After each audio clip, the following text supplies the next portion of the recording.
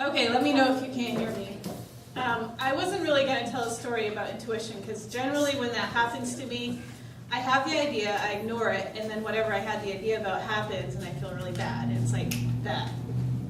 But I'll tell a story when my intuition actually worked out for me.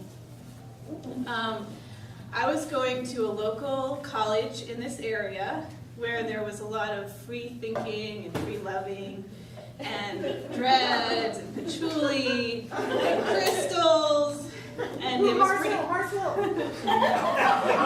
Yeah, it was pretty awesome. I was loving it, and then I got the bill, and I realized that probably I needed to rethink my college experience, and that I could probably, if I was going to be paying for this for myself, maybe I should go back to state college and continue my party there.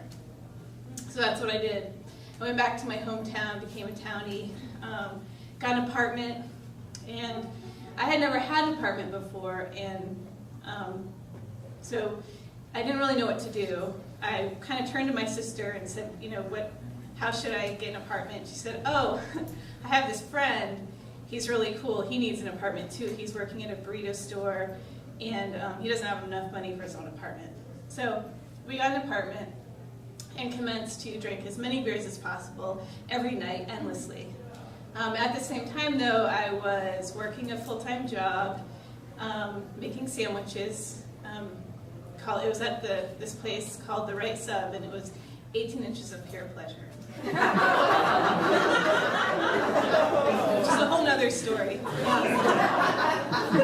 So working at this job, going to our local university, I had at this point decided I wanted to go into social work because all the teachers were extremely nice and friendly, and it made me feel good whenever I hung around them. But unfortunately, you have to take things like statistics and research in order to graduate with this degree. So going to work, staying up every night, drinking beers, buying food that's somehow mysteriously disappearing with my guy roommate and all of his friends. But it's all working out, it's all really fun, and I had actually picked up a boyfriend, which was really exciting too.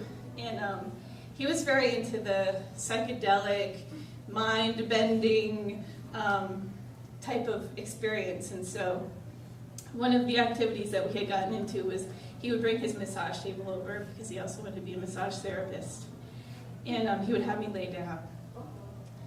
And he had like this kit of tuning forks. And you're like, okay, get the lights right, get everything right. Pull out the tuning fork and kind of like hit it, and then put it on my body. What do you feel?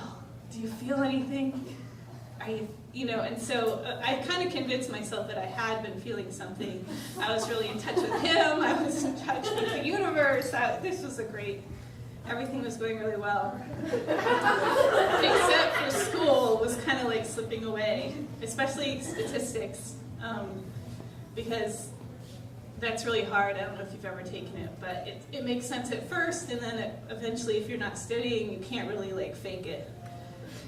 So the end of the semester came, and the teacher's like, there's this one really last big test. If you don't pass it, you have to take statistics again.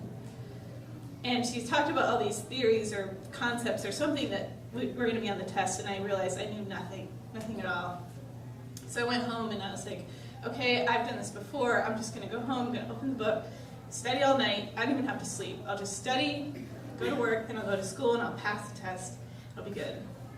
But I got home, and of course, cards, drinking, wrestling, whatever, all night long.